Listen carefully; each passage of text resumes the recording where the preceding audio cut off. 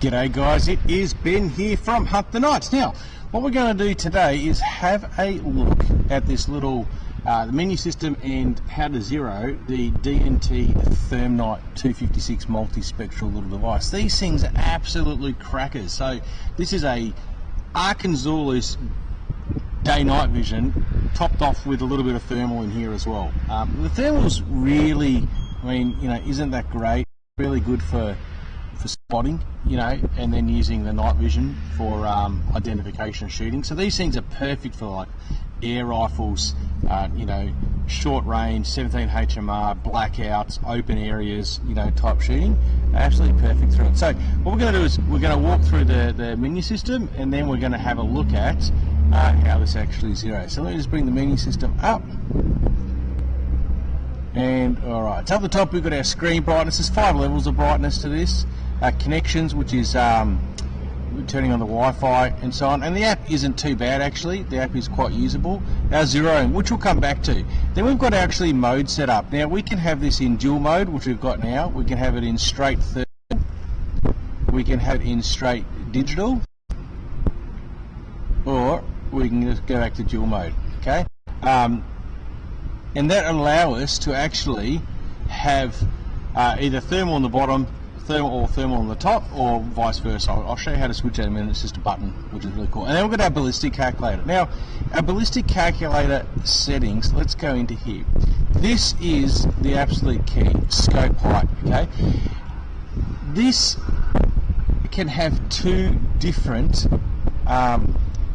scope heights because the day optic, the night vision, day-night sits above the thermal, so it's quite a great deal higher over the barrel than it is the thermal.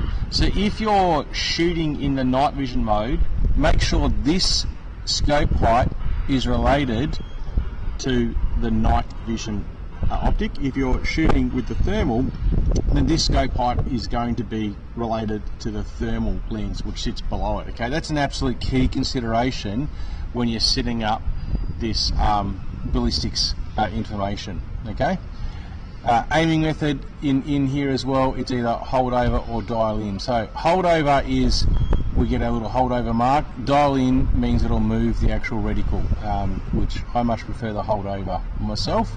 And then ballistic calculator on or off. These are our enhanced or neutral mode, so we can actually change the quality of the image. We're just going to put it in neutral for today because we're out in the light. And thermal as well.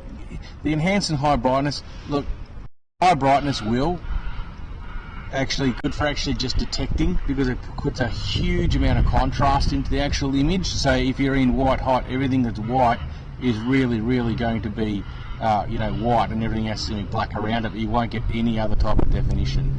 In here we can go through our colour palettes, our image brightness, sharpening and sharpness and hotspot tracking for the thermal image as well. Recoil activated or video recording, again haven't tested it because I've never found one to be really successful. Our audio for recording on and off, and all the audio you're hearing today is recorded via the scope. And then we've got some other things here. Now you can change the IR torches. We're just going to leave it here as V, not L, but you can get different, the 850 and the 940 IR torches.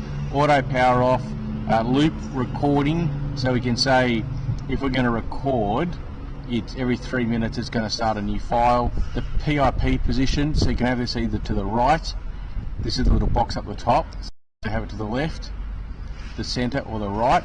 Again, my preference is have it in the center. Gyroscope on and off, and so on. System settings in here, reticle display either on or off. We've got our screen shifting, which we'll cover off in a different video. It's not that really important. Timestamps, language settings, format default, and all that other type of stuff.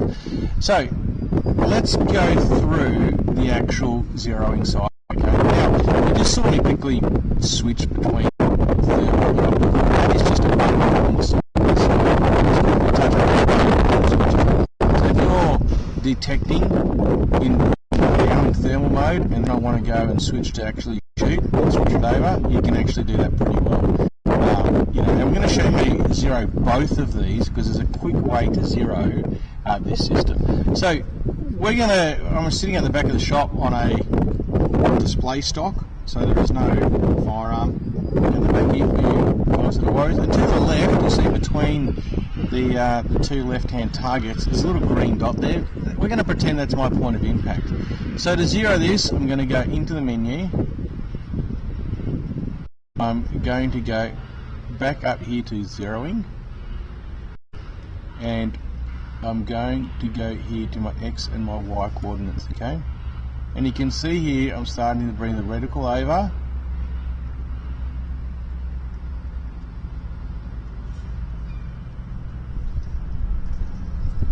And I'm pretty happy with where it is at now. So I'm going to long press the right button to save and exit.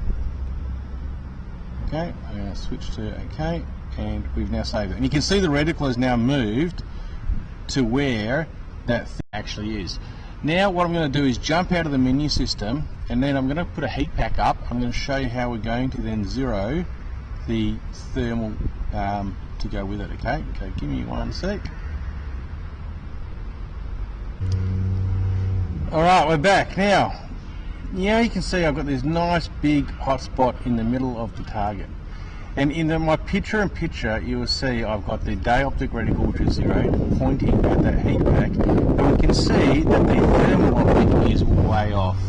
So what we're going to do is go into our menu, go down to zeroing, and now we're zeroing the thermal channel. I'm going to go over to our X. And what we're going to do is make sure our green reticle up the top is still pointing correctly at the target, as we bring our red reticle down the bottom to now be aligned with our green reticle.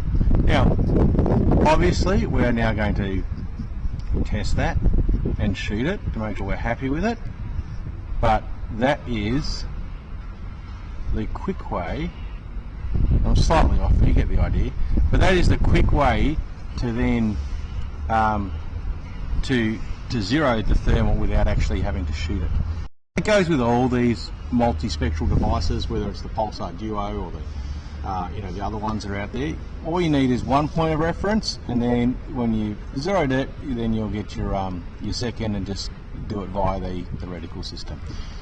And then shoot it and test it. Anyway guys, so that's it. That's your little walkthrough in terms of how to set up these little DNTs. These are absolutely fantastic little devices for their money and what you can do with them. They are absolutely sensational. Available at huntthenight.com.au. Thanks guys, catch you again.